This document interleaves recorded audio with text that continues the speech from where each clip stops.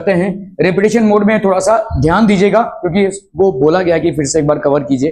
देखते हैं, एक इलेक्ट्रॉन जब ऑर्बिट में घूम रहा है, ठीक है, तो ऐसे किसी एरे गैरे नत्थु कैरे ऑर्बिट में नहीं घूम सकता, ठीक है। It will basically revolve in an orbit in which the angular momentum is n integral multiple of h/2 पाई। ये भाई साहब बोर ने बोला हुआ है, ठीक है। ये बोर का पोस्टुलेट है भाई साहब। बोर्स पोस्टुलेट क्या है? What is Bohr's postulate? ठीक है, the angular momentum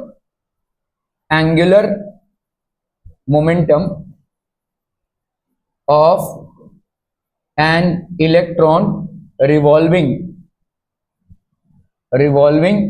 in an orbit of radius r is given by, ये क्या हो जाएगा बोलो, mvr is equal to nh/2 पाई। ठीक है, ये आपका mvr है, दैट इज nh/2 पाई। यहां पे मास of electron, velocity of electron and radius of let's say the nth orbit, ठीक है, mass of electron, velocity of electron and radius of nth orbit, this will be an integral multiple of h/2 pi। h यहां पे भाई साहब क्या है? Planck's constant। h here is Planck's constant, ठीक है, समझ में आ रहा है भाई साहब? h आपका क्या है? यहां पे Planck's constant है। आपका rn क्या हो जाएगा? Radius of the nth orbit, और ये m हो गया मास ऑफ द इलेक्ट्रॉन, ठीक है। This is basically what? This is the angular momentum, ठीक है, this is the angular momentum, ठीक है। ये हो गया भाई साहब आपका एंगुलर मोमेंटम। अभी किसी भी बॉडी को, ठीक है, for any body to perform circular motion, कोई भी बॉडी अगर सर्कुलर मोशन कर रहा है, ठीक है, समझ लो कोई बॉडी है यहां पे और वो एक सर्कुलर मोशन कर रहा है। अगर भाई साहब इस मोशन को करते हुए उसका रेडियस लेट्स से भाई साहब रेडियस है r, ठीक है। So for any body which perform circular motion, let's say इस बॉडी का मास है m और इसका वेलोसिटी है भाई साहब v, लीनियर वेलोसिटी, ठीक है।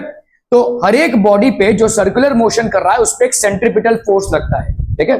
There is a centripetal force, centre पे एक फोर्स लगेगा। आप भाई साहब किसी चाबी को अपने हाथों पे घुमा रहे होंगे, so till the time you are exerting a force through your fingers on this string, this will basically revolve, ठीक है, till the time। जैसे आप इसको लूज पुश कर देंगे ये भी लूज पुश हो जाएगा भाई साहब, ठीक है। So every body which is actually revolving in a circular path will experience a centripetal force which is directed towards the center। Okay, centripetal और सेंट्रीफ्यूगल फोर्स में क्या होता है? आप भाई साहब फिजिक्स पर पूछ रहे हो मेरे को, ठीक है, लेकिन फिर भी बता देता हूं, ठीक है। सेंट्रीपिटल और सेंट्रीफ्यूगल फोर्स को समझने के पहले आपको यह समझना पड़ेगा कि एक्शन और रिएक्शनरी फोर्स क्या होते हैं। ये आप न्यूटन्स लॉ में पढ़ेंगे, ठीक है। जैसे समझो भाई साहब, साहिल वेट कितना है रे? हाँ, रोज जिम जाता है ना, कितना? 72 हो गया है। ओके चलो भाई साहब, ये अपने साहिल मुनकर हैं। ये भाई साहब जब वेट के ऊपर खड़े हो रहे हैं तो इनको कितना दिखा रहा है? 72 kg दिखा रहा है, ठीक है, समझ में आ रहा है? So when he standing over this, what is this 72 kg his weight. लेकिन ये इसका इस पे खड़े होने से ये वेट क्यों बता रहा है?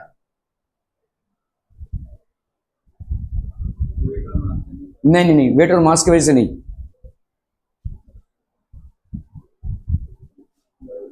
हाँ नहीं, हाँ ग्रेविटेशन। देखिए इसका एक रिएक्शनरी फोर्स है। साहिल का जो वेट है वो नीचे की तरफ है ना, सबका वेट नीचे की तरफ है, मतलब हमारा वेट नीचे की तरफ जाएगा, लेकिन इसका एक रिएक्शनरी फोर्स लग रहा है, ठीक है। There is a reactionary force, समझो इसको, ऐसे समझो, ठीक है। समझ लो भाई साहब, अगर मैंने इस मोबाइल को इसके ऊपर रखा, इस टेबल के ऊपर रखा, ये बैलेंस है भाई साहब, है ना, मोबाइल के वो बैलेंस है ऐसे टेबल के ऊपर। समझ लो भाई साहब मैंने क्या किया, इस कपड़े को रखा है ऐसे रखा है इस कपड़े को। अब इसके ऊपर अगर मोबाइल को रखूंगा तो बैलेंस हो पाएगा? नहीं, नीचे गिर जाएगा। क्यों?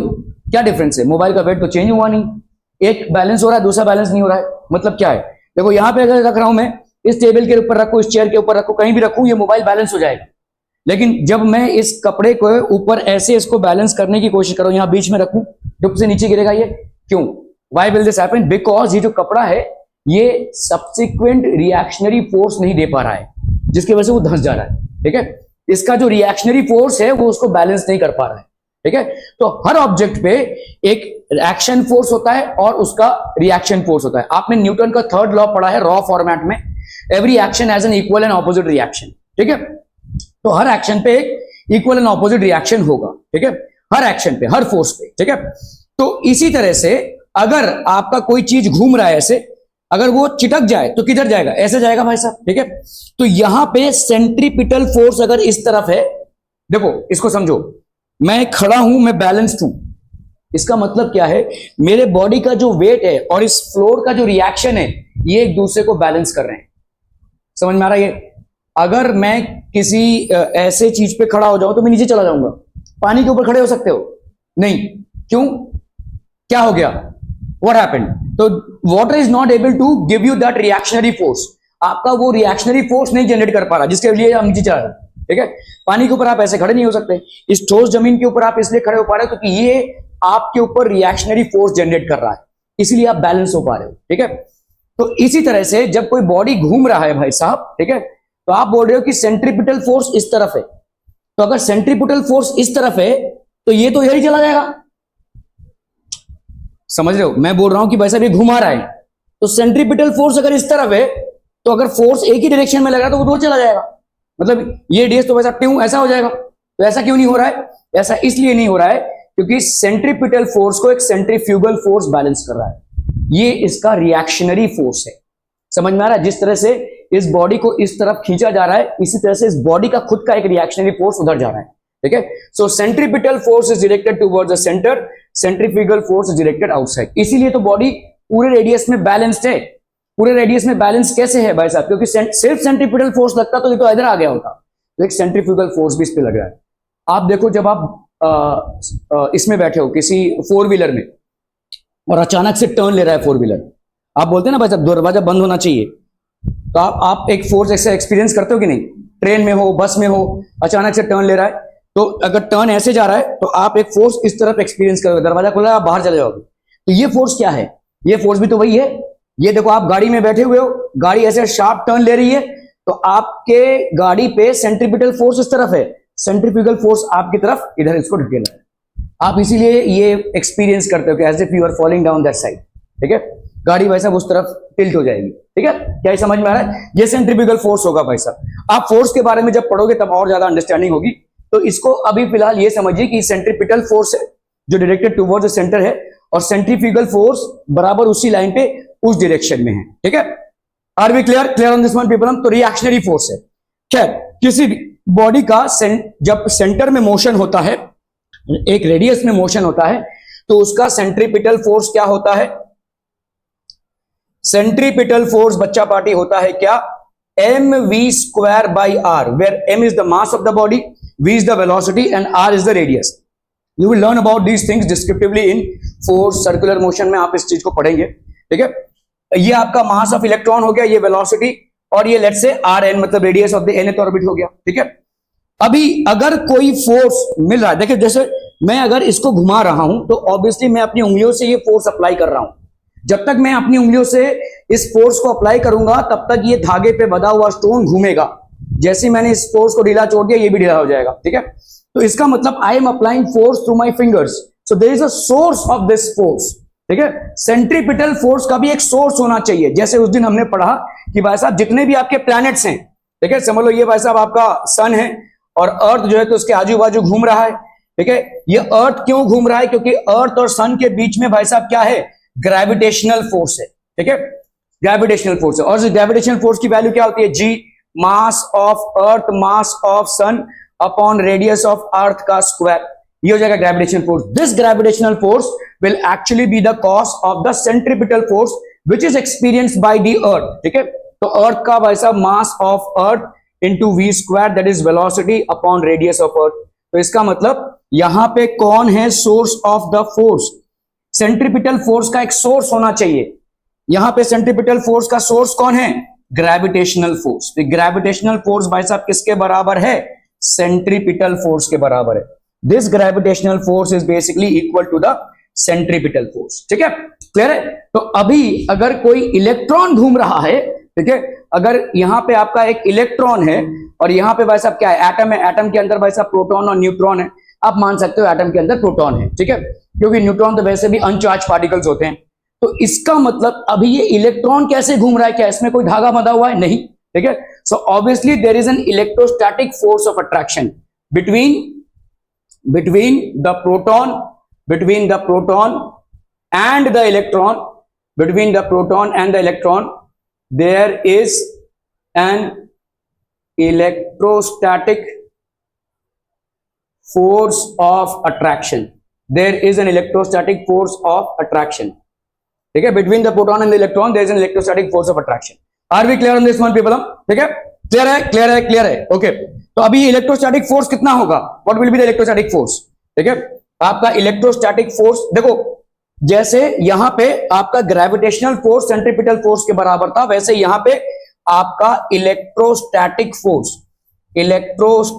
फोर्स आपके किसके बराबर होगा? सेंट्रीपिटल फोर्स के बराबर होगा.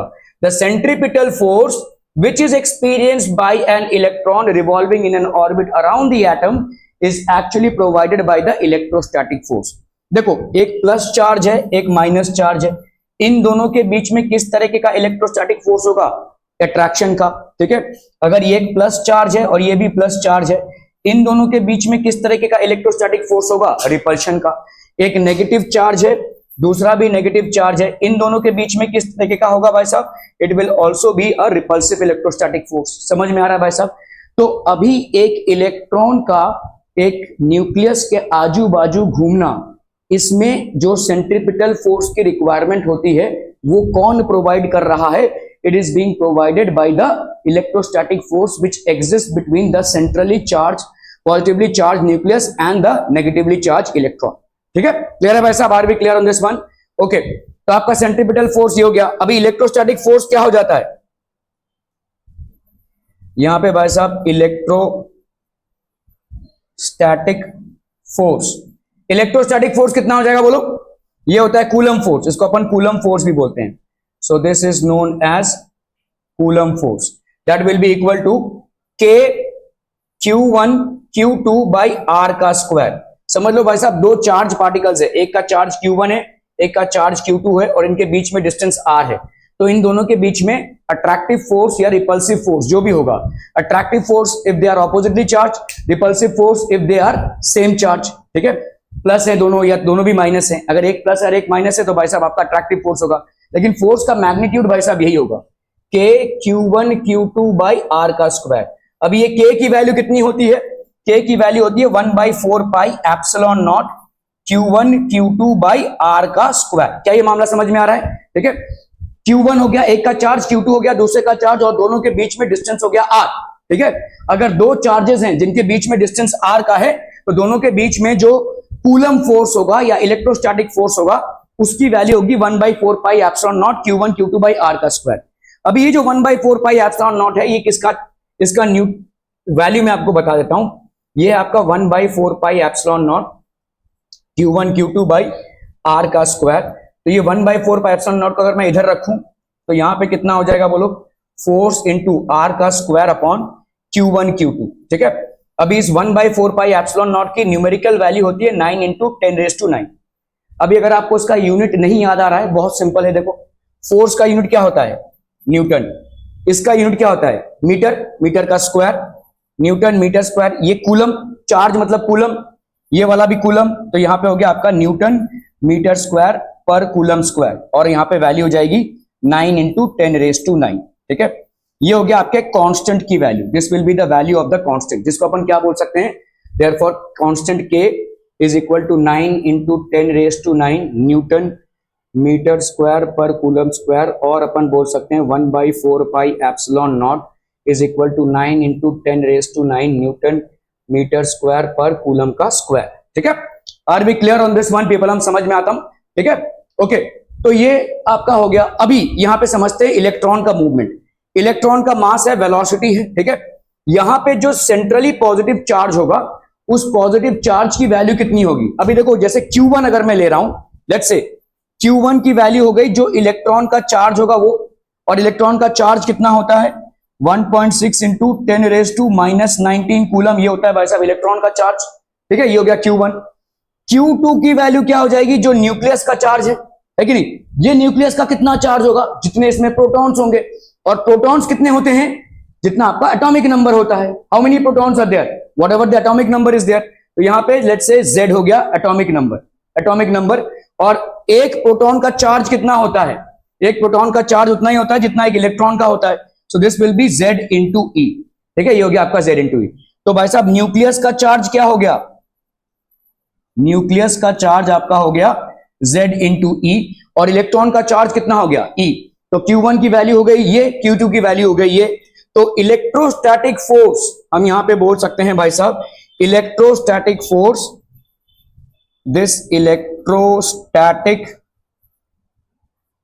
force which exists between the centrally positive charge nucleus and the electron will be equal to the centripetal force। Simple physics है भाई साहब ये, ठीक है। This will be equal to the centripetal force, यही सेंट्रीपिटल फोर्स को supply कर रहा है भाई साहब, ठीक है। ओके, इलेक्ट्रोस्टैटिक फोर्स की वैल्यू लिख लीजिए, ये हो गया 1/4 पाई एप्सिलॉन नॉट, ठीक है, Q1 Q2 बाई R का square, this is equal to आपका हो गया m v square by r raise to n, ठीक है। तो ये r रेस टू n, यहाँ r n होगा ये भी, और ये भी r n होगा, तो आपका ये वाला r और ये वाला r भाई साहब कैंसिल हो जाएगा, ठीक है। अभी आप कर लीजिए, यहाँ पे कितना हो गया 1/4 पाई एप्सिलॉन नॉट। Q1 की जगह पे आप क्या लिखोगे, z इंटू ई, Q2 की जगह पे z इंटू ई, और Q1 की जगह पे e इंटू z इंटू ई अपॉन r n का स्क्वायर, चलिए ऐसे लिखते हैं, ठीक है। अभी फिलहाल m v का square, mass of electron upon v का स्क्वायर, और ये हो गया आपका r n, ठीक है। ये एक इक्वेशन आ गया भाई साहब आपका, दिस इज वन इक्वेशन, ठीक है। This is basically your one equation, एक भाई साहब आपका इक्वेशन हो गया। लेट्स से हमने इसको इक्वेशन 1 डाल दिया। अभी अपने ने भाई साहब दूसरा, चलिए ये वाला, चलिए इक्वेशन 2 डाल लेते हैं, ये वाला आपका इक्वेशन 1 हो गया, ठीक है। This is basically your equation 1 and this is your equation 2, ठीक है। ओके, सो अभी अगर आप भाई साहब यहाँ पे इसको कैंसिल किया जाए, आर को उड़ा सकते हैं,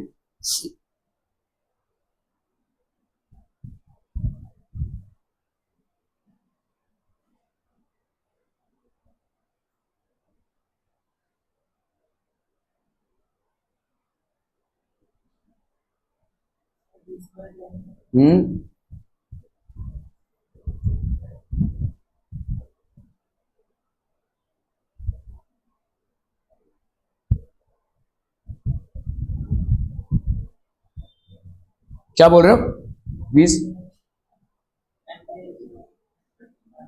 तो यहाँ पे आपका देखो m v r is equal to n h by 2 pi है ना, ठीक है। तो अगर हम यहाँ पे करते हैं m v r is equal to n h by 2 pi है भाई साहब, ठीक है। तो अगर अपन ने v को लगा लेना भाई साहब, ठीक है, तो v की वैल्यू कितनी हो जाएगी बोलो, यहाँ पे n h by 2 pi m r लिख सकते हैं भाई साहब। तो v स्क्वायर की वैल्यू कितनी हो जाएगी, n square h square 2 pi का स्क्वायर एम आर का स्क्वायर। सो वी स्क्वायर की वैल्यू कितनी आ गई बोलो, n square h square 4 pi का square m square r square, ठीक है।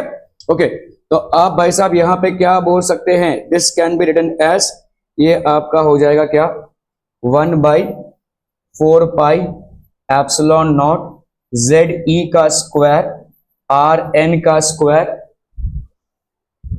ठीक है। और this is equal to mass of electron, ठीक है, v का स्क्वायर, v के स्क्वायर की जगह पे क्या लिख सकते हो बोलो, एन स्क्वायर एच स्क्वायर, ठीक है। और ये कितना हो जाएगा बोलो, यहाँ पे एक आर एन है, ठीक है, आर एन है, into 4 pi square m square r n का स्क्वायर, ठीक है। क्लियर है भाई साहब, are we clear on this one? Okay, ये वाला आर एन का स्क्वायर और ये वाला आर एन का स्क्वायर भाई साहब कैंसिल हो गया, ठीक है। So what do we have people, hmm, अरे बोलो ना बोलो भाई साहब, यहाँ पे कितना आ जाएगा, तो आर की वैल्यू अगर हमको उठानी है यहाँ पे, इस आर एन को इधर कर देते हैं अगर अपन, सो आर एन की वैल्यू भाई साहब कितनी हो जाएगी, आर एन की वैल्यू हो जाएगी, इधर किया are n into Z e का स्क्वायर, ठीक है। सो ये हो गया आपका जेड ई का square into r n, z e का square into r n, that will be equal to 4 pi epsilon not m e n square h square, ठीक है, एम स्क्वायर एच स्क्वायर, ठीक है। ओके ओके ओके,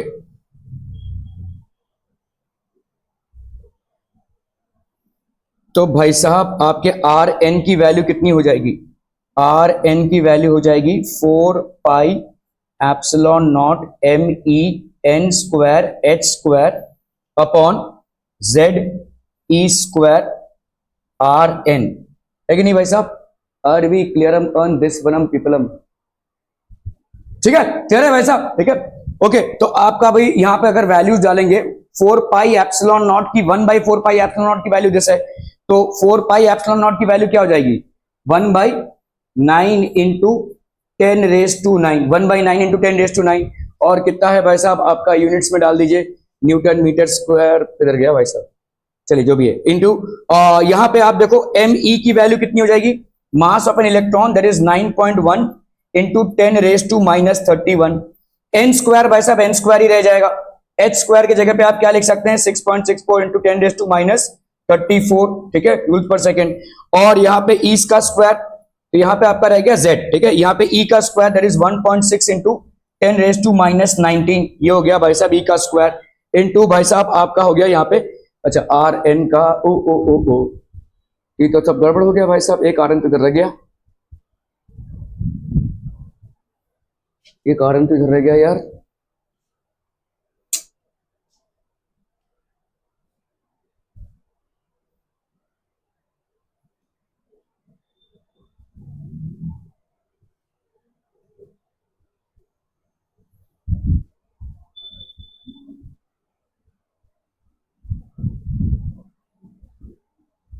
आपका भाई साहब यहाँ पे कितना आया है आर की वैल्यू,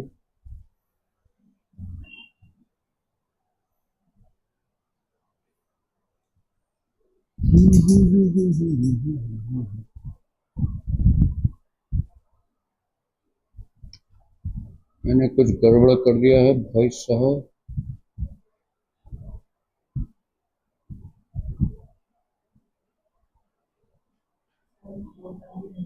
हाँ एक मिनट हो गया यार, यहाँ पे कुछ गड़बड़ हो गया मेरे से,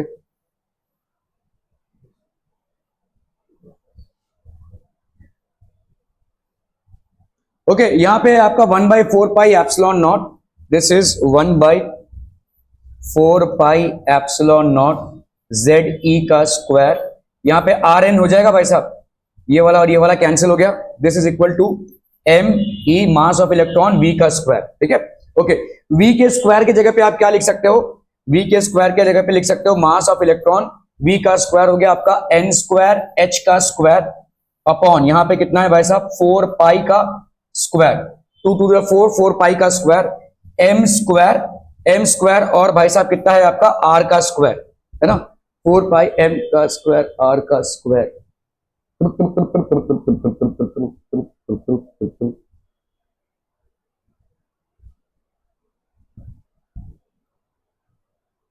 ठीक है।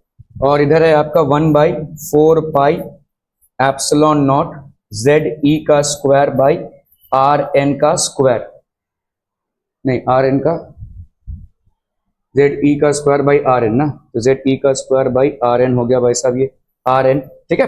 ओके चलिए भाई साहब, तो आपका भाई साहब यहाँ पे कितना हो जाएगा, this will be r n को इधर ले लो, ठीक है, so this will be r n इधर आ गया, ठीक है, जेड ई का स्क्वायर, यहाँ पे 4 और 4 को कैंसिल कर सकते हैं, एक पाई और एक पाई को कैंसिल कर सकते हैं, ठीक है, तो जेड ई स्क्वायर और इधर आ गया आपका पाई, यहाँ पे एम ई, तो एक m कैंसिल हो जाएगा, तो this will B m Z e square by m, नहीं यार गलत हो रहा है यहाँ पे कुछ, तो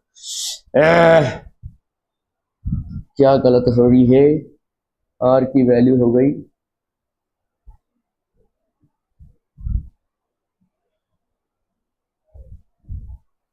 चलिए ये वाला मेथड देख लेते हैं भाई साहब, इसमें क्या दिया हुआ है, r is equal to m v square by 4 pi epsilon naught, क्या उधर इंटरेस्टिंग चल रहा है इतना, मैं जब भी यहाँ पे कुछ चीज में फंसता हूँ मेरे को वहां पे ममरिंग सुनाई देती है, ये पूरे उस ग्रुप में, तो पीपल आर लीस्ट बॉदर्ड, है ना, ये सुपर कॉन्फिडेंस जो आपके अंदर है ना, इसको तोड़ने में मेरे को 1 मिनट लगेगा,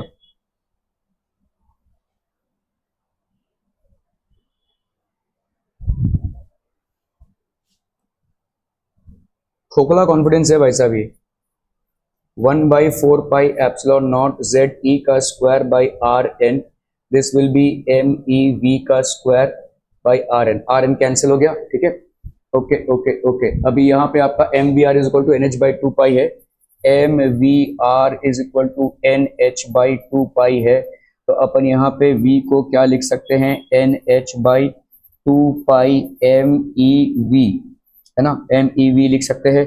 तो v का स्क्वायर हो जाएगा एन स्क्वायर एच स्क्वायर, इस पूरे का स्क्वायर, तो ये हो गया आपका n square h square, 4 pi का स्क्वायर एम ई का स्क्वायर v का स्क्वायर।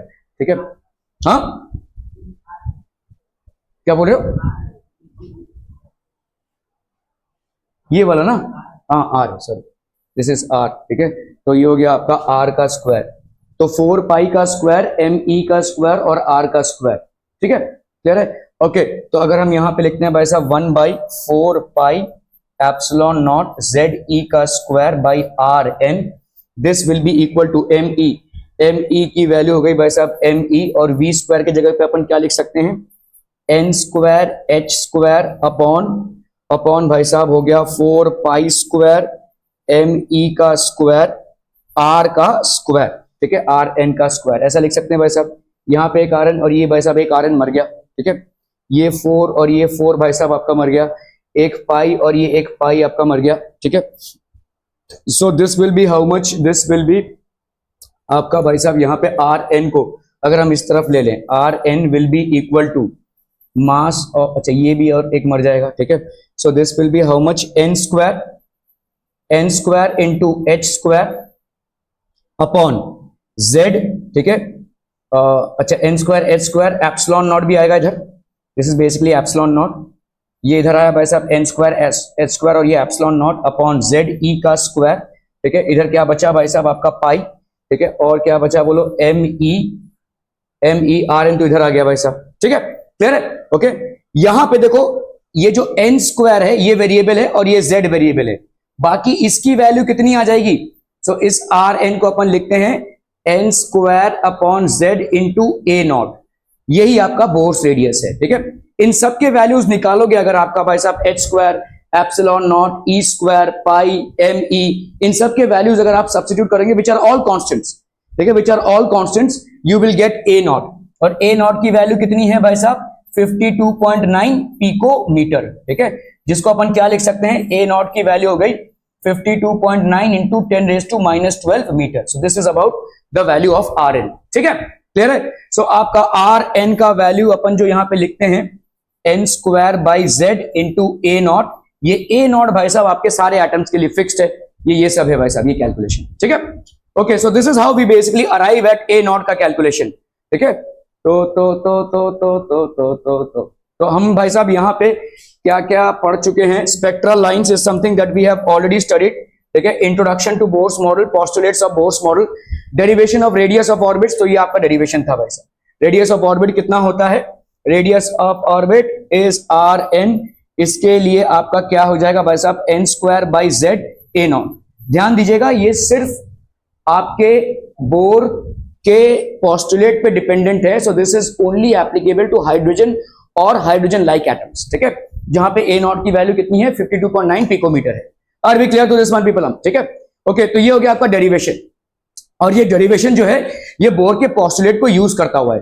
किन किन चीजों को आपने यूज किया है यहाँ पे भाई साहब, कूलम्स लॉ को यूज किया है। ठीक है, कूलम्स लॉ को, बोर के एंगुलर मोमेंटम के लॉ को आपने यूज किया है, कूलम्स लॉ को यूज किया ऑफ इलेक्ट्रोस्टैटिक फोर्सेस, और सेंट्रीपिटल फोर्स जो आपके न्यूटन के लॉ से आता है उसको यूज किया। इन तीनों चीजों को यूज किया आपने, Coulomb's law, Bohr's angular momentum and centripetal force, these are the three laws which have been used in order to derive the radius.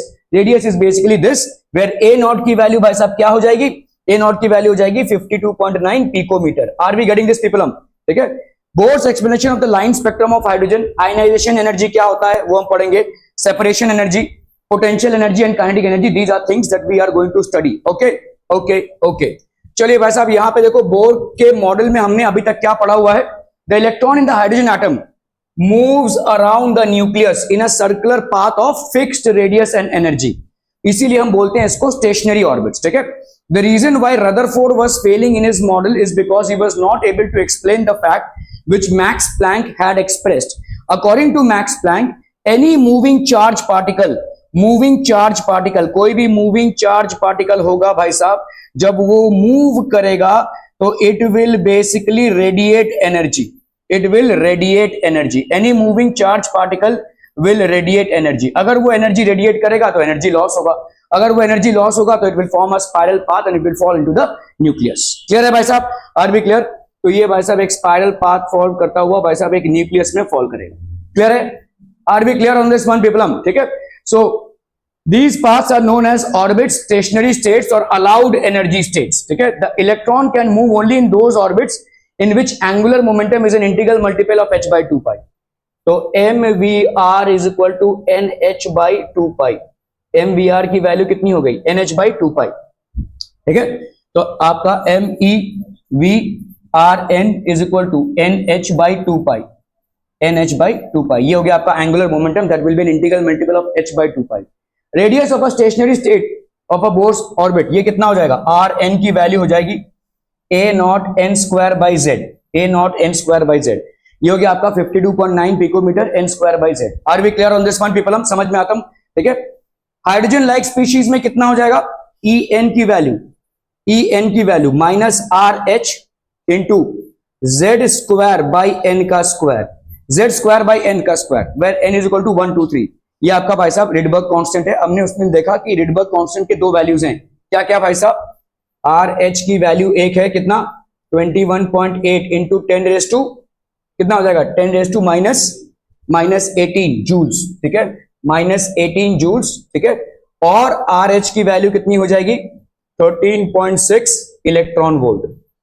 क्या ये समझ में आ रहा है भाई साहब? ठीक है, 21.8 into 10 raise to minus 18,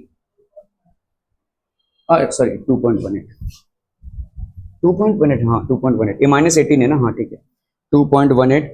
so this is going to be 2.18 into 10 raise to minus 18। Actually देखो इस 13.6 को अगर इलेक्ट्रॉन वोल्ट से मल्टीप्लाई कर दोगे यहां से ये आ जाएगा। ठीक है, ये 13.6 है, इलेक्ट्रॉन का चार्ज कितना होता है? 1.6 इंटू 10 रेज टू माइनस 19। ठीक है, आप कर लो भाई साहब, इसको मल्टीप्लाई करो, कितना आ रहा है देखो? 13.6 इंटू 1.6, जल्दी जल्दी जल्दी फटाफट।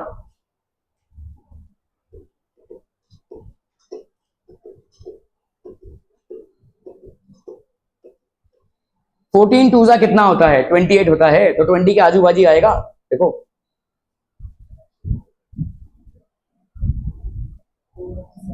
हाँ 2176 आया ना? 2176। ठीक है, 2176 into 10 raise to minus 19। 2176 into 10 raise to minus 19 है। हाँ, तो यहां पे एक और ये दो, 21.76 इंटू 10 रेज टू माइनस 18 है। इसको इधर लेकर आओ, इसको भाई साहब माइनस 18 कर दो, तो 2.17, इसका भाई साहब 6 है तो ये 8 हो जाएगा। 10 raise to minus 18, that's how you get it basically.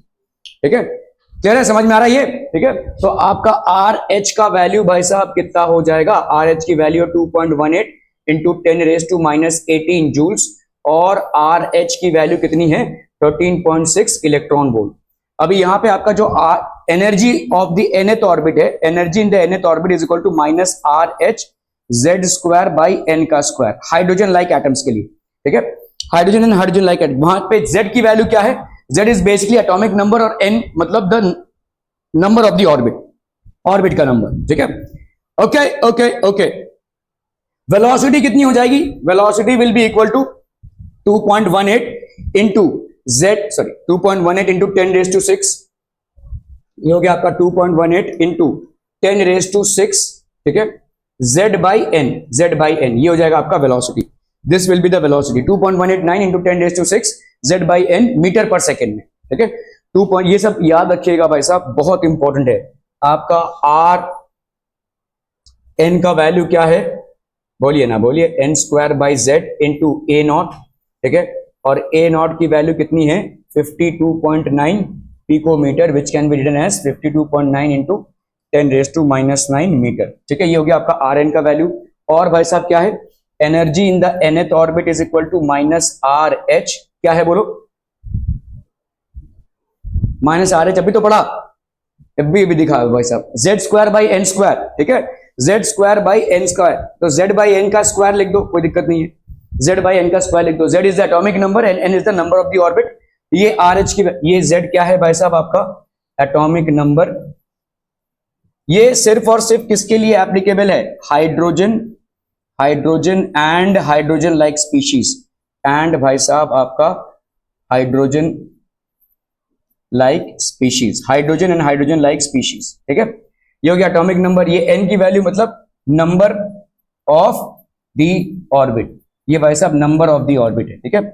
Are h की वैल्यू कितनी हो जाएगी बोलो, 2.18 इंटू 10 रेज टू माइनस कितना 18 आपका जूल्स, और अपन बोल सकते हैं 13.6 इलेक्ट्रॉन वोल्ट। ये आपके आर एच की वैल्यूज आ जाएगी, रिडबर्ग कांस्टेंट की वैल्यूज आ गई, ठीक है। और क्या आया भाई साहब आपका velocity, that will be equal to 2.189 into 10 raise to 6 metre per second. This is the velocity of revolution of an electron, ठीक है, in its orbit. 2.189 into 10 raise to 6, 2.189 10 raise to 6। अच्छा हाँ, यहाँ पे आपका z by n, I am so sorry, z by n metre per second. बहुत important है भाई साहब ये सब, ऑल आर वेरी इंपॉर्टेंट। थोड़े बहुत छोटे मोटे कैलकुलेशंस पे आपके सवाल बन जाएंगे इस पे। ओके ओके ओके, चलिए भाई साहब, जैसे यहां पे सवाल दिया हुआ है, according to Bohr's theory what is the angular momentum of an electron in the sixth orbit. Sixth orbit में एंगुलर मोमेंटम कितना हो जाएगा, एंगुलर मोमेंटम की वैल्यू होती है mvr और इसकी वैल्यू होती है nh बाई 2 पाई। तो ये हो जाएगा कितना भाई साहब 6, n की वैल्यू यहाँ पे 6, h बाई 2 पाई, तो यहाँ पे कितना हो जाएगा 3h by 2 pi, 3h by पाई ना, ठीक है। This will be how much, 3h by sorry h by pi, ठीक है, 3h बाई पाई। तो आपका भाई साहब यहाँ पे आंसर आ जाएगा 3h by pi. Are we clear on this one people? हम mvr is equal to nh by 2 pi होता है, ओके।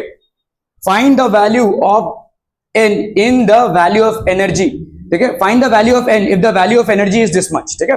आपका देखो En का वैल्यू दिया हुआ है यहाँ पे, En का वैल्यू भाई साहब दिया हुआ है, En is equal to minus 313.6 kilo calories per mole, ठीक है, ये दिया हुआ है आपको। और यहां पे भाई साहब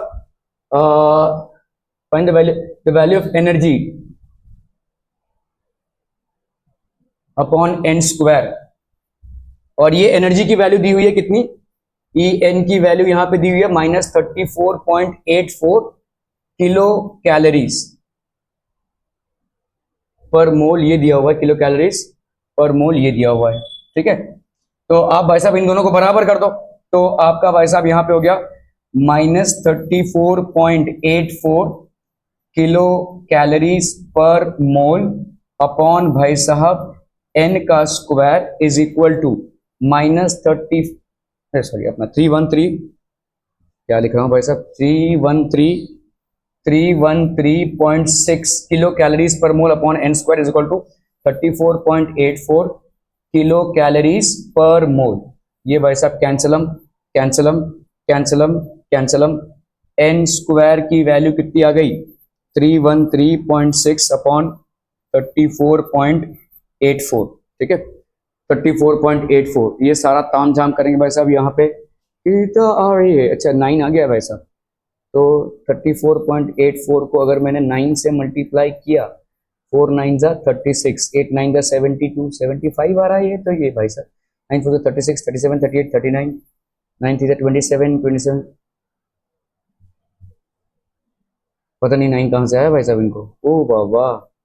चलिए, लेकिन आपको एक चीज याद रखना है कि n की वैल्यू पॉइंट में नहीं आ सकती है, n की value has to be integral, 1 2 3 4 यही हो सकता है, ठीक है। n की वैल्यू इंटीग्रल ही हो सकती है, पॉइंट में नहीं आ सकती। तो यहाँ पे n की वैल्यू अप्रोक्सीमेटली, तो आप देखो यहाँ पे अप्रोक्सीमेटली 9 से जा रहा है, तो हमने यहाँ पे n स्क्वायर की वैल्यू ले ली 9, सो n की वैल्यू हो जाएगी √9 विच इज 3। तो यहाँ पे ऑप्शन 3 वुड बी करेक्ट, ठीक है यार। ओके, तो आपने भाई साहब क्या देखा, क्या देखा, क्या देखा, आपने देखा कि भाई साहब ए नॉट की वैल्यू कहां से आ रही है, ठीक है।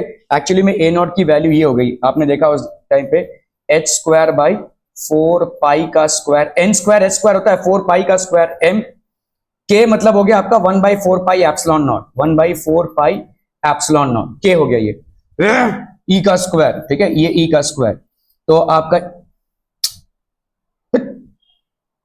ठीक है, ये हो गया आपका 4 और ये 4 कैंसिल, पाई और ये पाई कैंसिल, ठीक है। तो आपका कितना हो जाएगा देखो n square h square by pi m e का स्क्वायर, पाई एम ई का स्क्वायर, और एप्सिलॉन नॉट इधर आया है। ठीक है, आप ध्यान रखो यहाँ पे z की वैल्यू कितनी हो गई है 1, और n की वैल्यू भी यहाँ पे 1 हो गई है। आप जरा पीछे जाइए, देखो यहाँ पे आपने जब रेडियस कैलकुलेट किया था, रेडियस भाई साहब आपने कैलकुलेट किया था, रेडियस कितना आया था आपका, देखो n स्क्वायर h स्क्वायर 4 पाई m स्क्वायर, ठीक है, एम ई का स्क्वायर बाई r का स्क्वायर। ये सब तमाम ताम झाम करने के बाद आपका a नॉट आया था।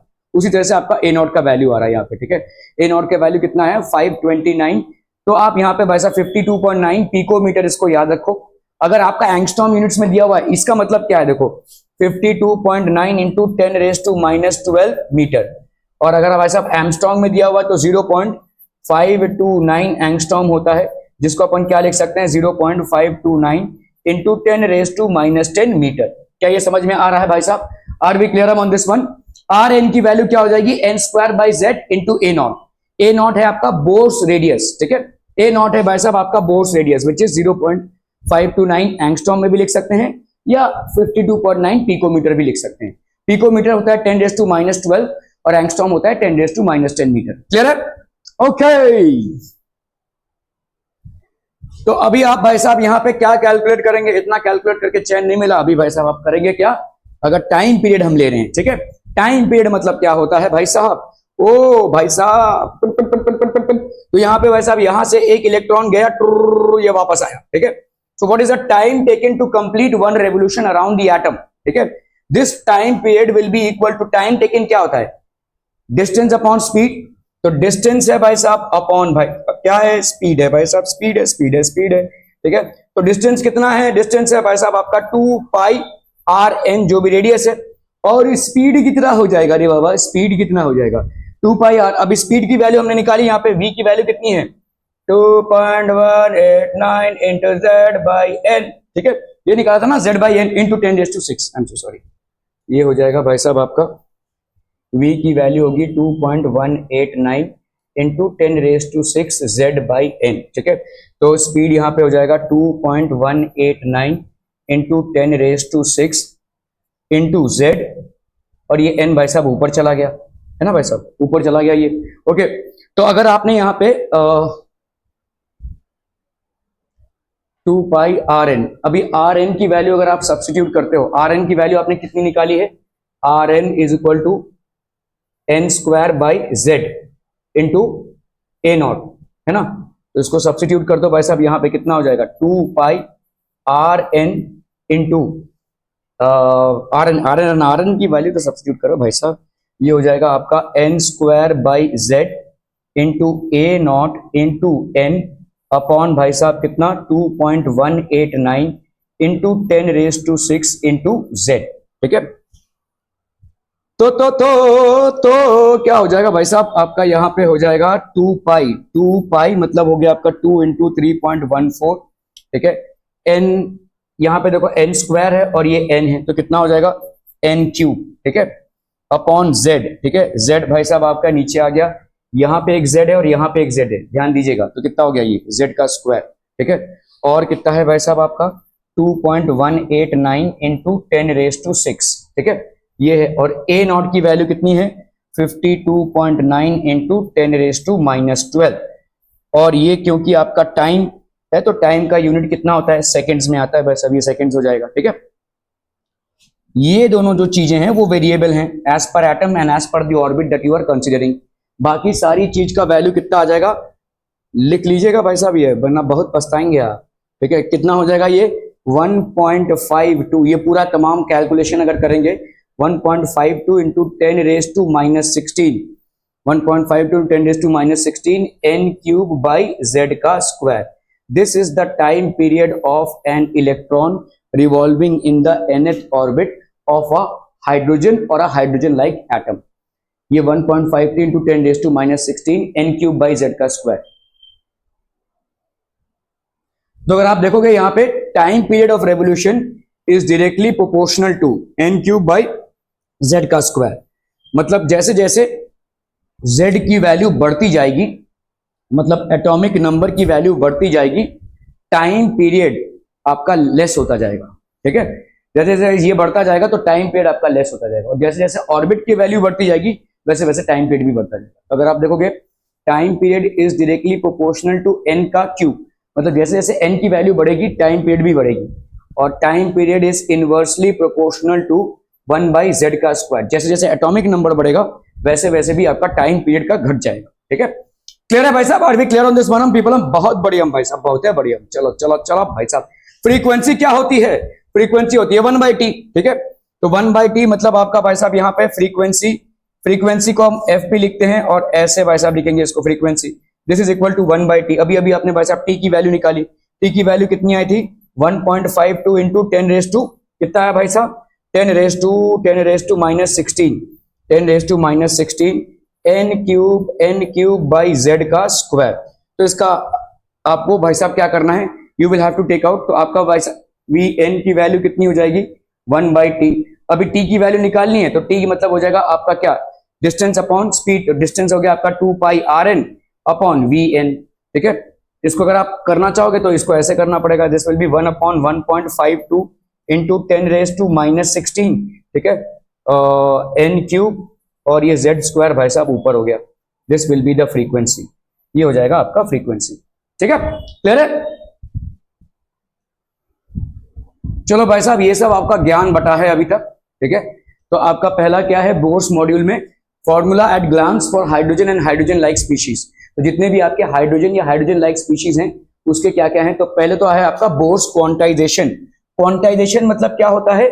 आप इंटीग्रल मल्टीपल कर रहे हो, h/2 पाई जो है वो n से मल्टीप्लाई होगा और ये n की वैल्यू 1 2 3 4 ही हो सकती है, दिस इज कॉल्ड क्वांटाइजेशन। ठीक है, जैसे समझो भाई साहब अगर मैं एक डब्बा है और उसमें मैं कुछ बॉल्स रख रहा हूं, ठीक है, तो ये जो बॉल्स मैं रख रहा हूं, 1 बॉल 2 बॉल 3 बॉल 4 बॉल ऐसे, तो मतलब इसको अपन बोलेंगे क्वांटाइजेशन। ऐसे नहीं बोलता 1.5 बॉल रखा मैंने या 2.5 बॉल रखा या 2.25 बॉल रखा, ऐसे नहीं बोल सकते। जब आप 1 बॉल 2 बॉल 3 बॉल 4 बॉल ऐसे बोलते हैं तो उसको अपन बोलते हैं क्वांटाइजेशन। ठीक है, तो यहां पे वैसे ही आपका mvr जो है एंगुलर मोमेंटम इज n, इस n के वजह से ये क्वांटाइजेशन हो रहा है h/2 pi, that is called Bohr's quantization of angular momentum. So angular momentum of an electron which is revolving in an orbit, आज थोड़ा टेंशन लेवल अच्छा है, क्या पी के आए हो? ठीक है, तो आपका क्या है 3 घंटे सोकर आया है, okay. mvr is equal to nh/2 pi, तो आपका angular momentum is n integral multiple of h/2 pi. ठीक है, are we clear on this? m हो गया भाई साहब आपका mass of the electron, v हो गया velocity of the electron and r is the radius of the orbit in which it is revolving. ठीक है, radius of the orbit r n is equal to a into n square by z। ठीक है, तो ये हो जाएगा आपका a naught. a naught की वैल्यू कितनी होगी? 52.9 पिकोमीटर। e n की वैल्यू भाई साहब कितनी हो गई? e n की वैल्यू हो गई -r/h z बाई एन का स्क्वायर कर दो, सिंपल z बाई एन का स्क्वायर। ठीक है, आर एच की वैल्यू, दो वैल्यूज हमने देखी। आर एच की एक वैल्यू क्या है? 2.18 इंटू 10 रेज टू -18, ये हो गया जूल्स में। और दूसरा वैल्यू क्या है भाई साहब आपका? बोलिए ना बोलिए, 13.6 इलेक्ट्रॉन वोल्ट। ठीक है, आर एच के दो वैल्यूज हो गए ये। वेलोसिटी ऑफ एन इलेक्ट्रॉन कितना हो गया भाई साहब? Velocity of an electron will be 2.189 into 10 raise to 6 into z by n, where z is the atomic number, n is the number of the orbit. ठीक है, आपका भाई साहब यहाँ पे हो गया t का वैल्यू, फ्रीक्वेंसी का वैल्यू हो गया। t की एक्चुअल वैल्यू कितनी आ गई है? 1.52 इंटू 10 रेज टू कितना था भाई साहब? -16 n क्यूब बाई z का स्क्वायर। ठीक है, ये हो गया आपका टाइम पीरियड। ठीक है, क्लियर है? एनर्जी डिफरेंस भाई साहब, energy difference between two orbits that will always be delta E is equal to RH 1/n1 का स्क्वायर माइनस 1/n2 का स्क्वायर। ठीक है, 1/n1 का स्क्वायर माइनस n/n2 का स्क्वायर। ठीक है, ये हो जाएगा भाई साहब आपका energy difference. Okay okay okay. Bohr's explanation of the line spectrum of hydrogen. तो बोर भाई साहब क्या बोल रहे हैं कि जैसे ही आपका कोई एटम होता है, अगर वो ग्राउंड स्टेट में है तो ग्राउंड स्टेट में भाई साहब आपका एक इलेक्ट्रॉन जंप किया। ठीक है, तो ये समझ लो भाई साहब आपका एक एटम है,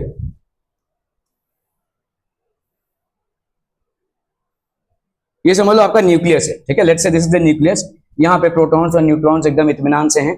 ठीक है, ये फर्स्ट ऑर्बिट है इलेक्ट्रॉन, ये एक इलेक्ट्रॉन है, ये आपका फर्स्ट ऑर्बिट है, दैट इज k और ये l। तो ये इलेक्ट्रॉन थोड़ा सा एनर्जी पाकर इधर जाता है, जब उसको पर्याप्त मात्रा में एनर्जी मिलती है तभी वो टपकेगा, लेकिन वो जाकर अनस्टेबल हो जाएगा और यहाँ पे फटाक से वापस आएगा, with in the fraction of a second it will return back. तो जो भी एनर्जी उसने गेन किया रहेगा यहां से यहां टपकने के लिए, वही एनर्जी कैसे एमिट होगी, that energy will be emitted out. तो पहले तो ये अब्सॉर्ब करेगा एनर्जी और फिर वो एमिट करेगा। एमिशन स्पेक्ट्रम और अब्सॉर्प्शन स्पेक्ट्रम ऐसे रिलीज होते हैं, ठीक है। When electric discharge is passed through gaseous hydrogen, then hydrogen molecules dissociate and energetically excited hydrogen atoms emit electromagnetic radiation of discrete frequencies। ये आपके बहुत सारे लाइंस दिखेंगे और ये लाइंस पे हमने नामकरण किया है, Lyman, Balmer, Paschen, Brackett, Pfund series, ठीक है।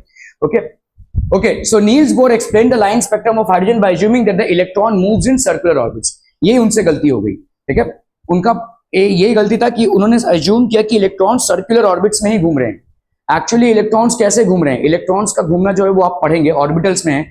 तो electrons circular orbits, perfect circular orbits में घूम रहे हैं, ऐसा उन्होंने अज्यूम किया। हालांकि ये सब सही है। तो इनका भाई साहब energy in the final state है, energy in the initial state है। आपको मालूम है एनर्जी इन वन स्टेट कितना होता है, ई एन की वैल्यू होती है भाई साहब क्या, minus r h z square by n का स्क्वायर, है कि नहीं। तो फिलहाल हाइड्रोजन एटम की बात करें तो जेड की वैल्यू तो 1 हो गई, ठीक है। तो ई समझ लीजिए फाइनल जो होगा वो कितना होगा, माइनस आर एच, ये तो 1 स्क्वायर हो गया, अपॉन एन फाइनल का स्क्वायर। और ई इनिशियल कितना होगा, ई initial that will be minus r H, और ये हो गया एन इनिशियल का स्क्वायर। समझ में आ रही है। तो कितना एनर्जी इसने गेन किया रहेगा, सिंपल सी बात है भाई साहब, the energy gained delta e will be e final minus e initial. कर लीजिए भाई साहब, यहां पे कितना हो जाएगा, माइनस आर एच, ठीक है, minus r h n f का square minus r minus minus r h, minus minus r h, क्योंकि माइनस तो ऑब्वियसली लेकर आ रहा है अपने साथ, एन आई का स्क्वायर, ठीक है। कितना हो जाता है रे बाबा, ए बाबा, ठीक है, कितना हो जाएगा ये, this will be minus r h by n f का square plus r h by n i का स्क्वायर, एन आई का स्क्वायर, ठीक है। तो ये हो जाएगा आपका डेल्टा ई, डेल्टा ई का वैल्यू कितना हो जाएगा, आर एच, ठीक है। तो ये हो जाएगा आपका are h by n i का स्क्वायर, सॉरी यहां पे आर एच को कॉमन निकाला तो अंदर क्या बचेगा, 1 बाई एन आई का square, that is initial minus final का स्क्वायर, ठीक है। सो इसी को अपन क्या लिख सकते हैं, delta e is equal to r h 1 by n 1 का स्क्वायर माइनस 1 बाई एन 2 का square. This is the energy gap. क्या ये समझ में आ रहा है, ठीक है। This will be the energy gap. अभी देखो ये एनर्जी है और एनर्जी हमको मालूम है क्या होता है भाई साहब, energy is equal to delta e will be equal to h into frequency, ठीक है, एच इंटू फ्रीक्वेंसी। तो कर लो भाई साहब, यहां पे h into frequency is equal to r h 1 by n 1 का स्क्वायर माइनस 1 बाई एन 2 का स्क्वायर, ठीक है। समझ में आता भाई साहब, ठीक है। तो आपका फ्रीक्वेंसी का वैल्यू भाई साहब कितना हो जाएगा, अगर मुझे यहां पे फ्रीक्वेंसी की वैल्यू चाहिए तो frequency will be equal to r h by h, ठीक है। यहां पे हो गया 1 बाई एन 1 का स्क्वायर माइनस 1 बाई एन 2 का स्क्वायर। ये सब अलग अलग चीजें हैं भाई साहब, फ्रीक्वेंसी हो गया ये, ठीक है। और इसी तरह से भाई साहब अगर आपको चाहिए सिर्फ वेव नंबर, ठीक है, that is basically equal to 1 by lambda, that is equal to कितना हो जाएगा बोलो, आर एच 1 बाई एन 1 का स्क्वायर माइनस 1 बाई एन 2 का स्क्वायर, ठीक है।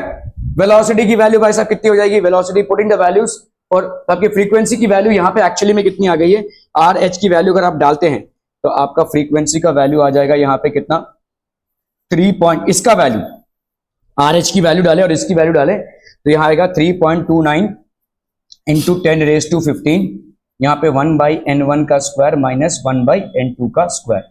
ये और एक चीज नोट कर लीजिए, इंपॉर्टेंट है, 3.29 इंटू 10⁻15 1 बाई एन 1 का स्क्वायर माइनस 1 बाई एन 2 का स्क्वायर।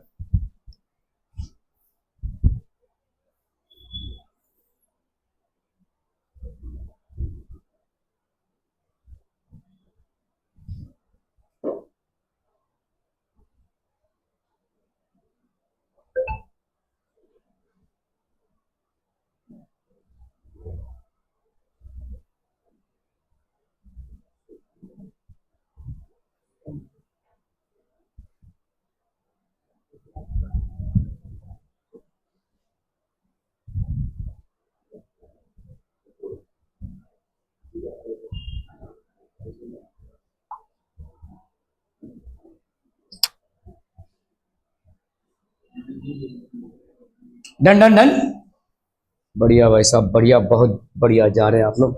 ये क्या हो गया?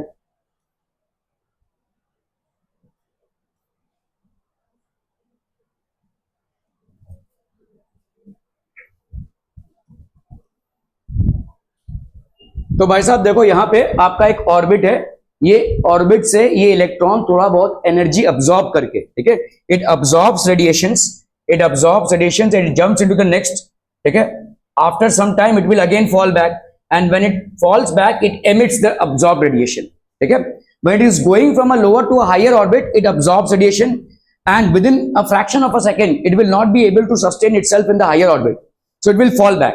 So the falling back from a higher orbit to a lower orbit is known as radiation emitted, ठीक है, ये हो जाएगा भाई साहब आपका emitted radiation, ठीक है। Electronic transition from lower to higher, electronic transition from higher to energy, ठीक है। तो आपका भाई साहब वेव नंबर का वैल्यू क्या होता है? V by C, तो वेव नंबर हो गया R H by H C 1 by, तो ये आप पूरा करेंगे, इसी से आपको आ रहा है, देखो यहाँ पे आपका, ठीक है, वेव नंबर की वैल्यू कितनी हो जाएगी? This is wave number is equal to frequency by c होता है, ठीक है, frequency by c, so that will be how much? R h by h c, ठीक है, 1 बाई n1 का स्क्वायर माइनस 1 बाई n2 का स्क्वायर। तो यहाँ पे ये सारा कार्यक्रम करेंगे तो आपको वेव नंबर की वैल्यू कितनी मिल जाएगी? 1.09677, ठीक है, 1.09677 इंटू 10⁻⁷, 1 बाई n1 का स्क्वायर माइनस 1 बाई n2 का स्क्वायर, ये हो जाएगा कितना आपका? 109,677, 1 बाई n1 का स्क्वायर माइनस 1 बाई n2 का स्क्वायर, ये हो जाएगा भाई साहब आपको wave number. In case of absorption spectrum, absorption spectrum मतलब जब अब्सॉर्ब हो रही है एनर्जी, ठीक है, तब आपका भाई साहब क्या होता है?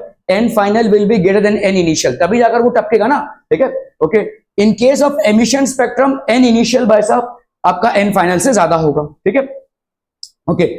Bore was able to quantize, ठीक है, क्वांटिटेटिवली एक्सप्लेन, तो ये वाला बोर से आया हुआ है 1 पॉइंट। अभी देखो इसको अगर आपने सेंटीमीटर में रखा, ठीक है, तो अगर हमने सेंटीमीटर में रखा तो अपन इसको क्या लिख सकते हैं भाई साहब? सेंटीमीटर में इसकी वैल्यू होगी 10⁻⁷ पर मीटर में है ये, ठीक है, दिस इज बेसिकली पर मीटर में, ठीक है, okay. So this is basically Rydberg constant for a wave number, ये सब तो हम पढ़ चुके हैं। एक सवाल देख लेते हैं यहाँ पे, द टाइम पीरियड ऑफ, यहां पे दिया हुआ time period of revolution of an electron in ground state in a hydrogen atom is this much, ये टाइम पीरियड है, ठीक है। What is the frequency of revolution of the electron in the first excited state? तो time period in any state हमने calculate किया हुआ है, time period is how much? 1 point कितना था? 56 ना, इंटू 10⁻⁻16 था, 1.56 into 10⁻⁻16 n cube by z square था, है ना, n cube by z square था, 1.52 था, ओके। चलो भाई साहब कोई दिक्कत नहीं, 1.52 ले लेते हैं, ठीक है। यहां पे फॉर कन्वीनियंस इसको क्या लिया हुआ है? 1.6 इंटू, तो आप भी ऐसे ही लिख सकते हैं 1.6, ये 1.6 इसलिए क्योंकि इलेक्ट्रॉन के चार्ज के साथ ये कट जाता है, तो 10⁻16 n cube by z square. तो टाइम पीरियड, ठीक है, for an electron in any state, ठीक है, in a ground state is equal to this, ठीक है, ओके। अभी यहां पे क्या, what is the frequency? Frequency कितनी हो जाएगी भाई साहब? फ्रीक्वेंसी होती है कितनी? 1 अपॉन टाइम पीरियड, तो 1 अपॉन टाइम पीरियड मतलब 1 अपॉन 1.6 इंटू 10⁻⁻16, ये हो जाएगा भाई साहब आपका पर सेकेंड, ठीक है। अभी आपको यहाँ पे क्या कैलकुलेट करना है? What the frequency in the first excited state, first excited state है, ओ, तो फर्स्ट एक्साइटेड स्टेट में आपका भाई साहब n2 का वैल्यू कितना हो गया? यहाँ पे n का वैल्यू कितना हो जाएगा? 2 में चला गया ना, n का वैल्यू हो गया भाई साहब 2, तो आपका यहाँ पे n का वैल्यू हो गया 2, है ना, और z का वैल्यू तो भाई साहब 1 ही है क्योंकि हाइड्रोजन एटम है, तो आपका फ्रीक्वेंसी कितना हो जाएगा? 1 by time period, 1 by time period मतलब 1 बाई 1.6 इंटू 10⁻⁻16, इधर हो गया आपका z का स्क्वायर और इधर हो गया आपका n का क्यूब, ठीक है, क्लियर है भाई साहब? z का स्क्वायर मतलब 1 का स्क्वायर, n का क्यूब भाई साहब कितना हो जाएगा? तो this will B 1 upon 1.6 into 10⁻⁻16, z का स्क्वायर भाई साहब कितना हो जाएगा? z का स्क्वायर हो गया 1 और n का क्यूब कितना हो गया? 2 * 4, 4 2 = 8, ठीक है, क्लियर है? Are we clear on this one people? हम समझ में आता? Okay, that would be it from my end for today. Thank you so much for